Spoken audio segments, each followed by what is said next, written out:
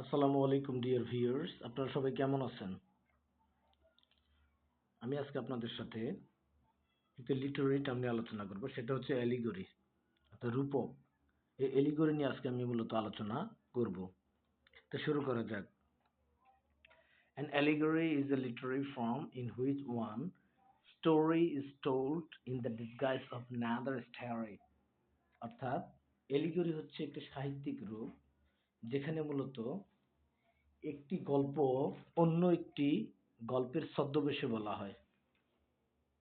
আমি আবারও বলতেছি, an allegory is a literary form in which one story is told in the disguise of another story.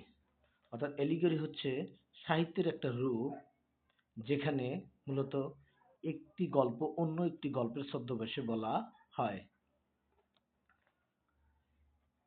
It may be both in prose or verse. এটা পদ্যও হতে পারে, আবার গদ্য আকারেও হতে পারে, পদ্যের আকারেও হতে পারে অর্থাৎ কবিতার আকারেও হতে পারে, আবার কি গদ্যের আকারেও হতে পারে। In other words, an allegory is a story of double meanings.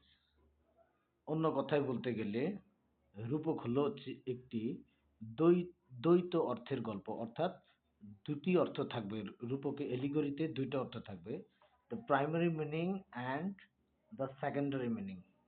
একটা হচ্ছে প্রাথমিক অর্থ আর একটা হচ্ছে কি গৌণ অর্থ বা তৃতীয় অর্থ। গৌণ বা দ্বিতীয় একই কথা।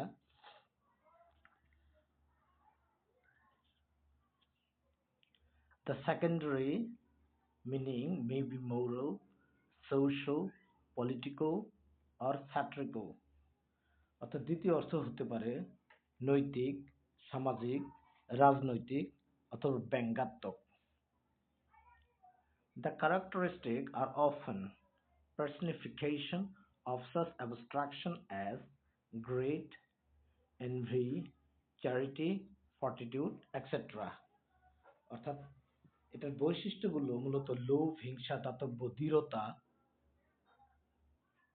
দ্বারা চিহ্নিত হতে পারে। অর্থাৎ এর বৈশিষ্ট্যগুলো মূলত তোমার বৈশিষ্ট্যগুলো হলো লোভ, হিংসা, দৃঢ়তা, দাতব্য, এসব বিষয় নিয়ে মূলত হতে পারে। John Bunyan's the Pilgrim's Progress is a well-known allegory in prose. অর্থাৎ জন বানিয়ানের পিলগ্রিমস প্রোগ্রেস হচ্ছে একটা সুপরিচিত রূপক।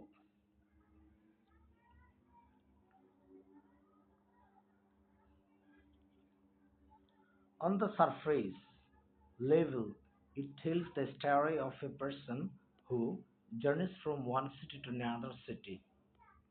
অর্থাৎ গল্পের প্রাথমিক স্তরে যেহেতু এলিগরি যেহেতু দুইটা অর্থ রয়েছে, অর্থাৎ প্রাথমিক স্তরে এখানে দেখানো হয় একজন ব্যক্তি একজন ব্যক্তির গল্প, একটা ব্যক্তির গল্প দেখানো হয় যে যিনি কিনা এক শহর থেকে অন্য শহরে যাত্রা করেন।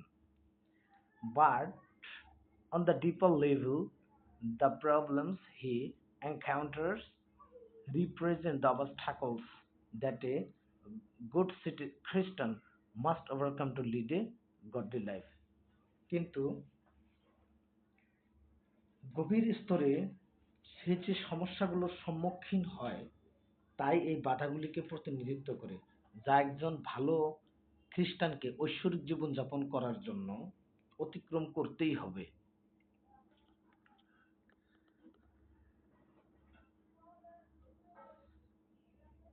জন ড্রাইডেনস অ্যাবসালম and অ্যাকিটোফেল is the political allegory. অর্থাৎ জন ড্রেডেনের অ্যাবসালম অ্যান্ড অ্যাকিটোফেল একটা হচ্ছে রাজনৈতিক একটা রূপক that uses biblical characters and events to mean the political situation of the time. যেটা মূলত বাইবেল থেকে চরিত্র এবং ঘটনাগুলো ব্যবহার করে ওই যুগের রাজনৈতিক পরিস্থিতিকে বোঝানো হয়েছে। অর্থাৎ জন ড্রাইডেন অ্যাবসালোম এন্ড একিটোফেলে মূলত চরিত্রগুলো বাইবেল থেকে ব্যবহার করেছেন এবং ঘটনাগুলো তিনি বাইবেল থেকে ব্যবহার করেছেন শুধু এই কারণে এই যে তিনি ওই সমসাময়িক যুগের রাজনৈতিক অবস্থার বোঝানোর জন্য। Jonathan Swift, Gulliver's Travel is a famous allegory where he satirizes the whole picture of his contemporary England.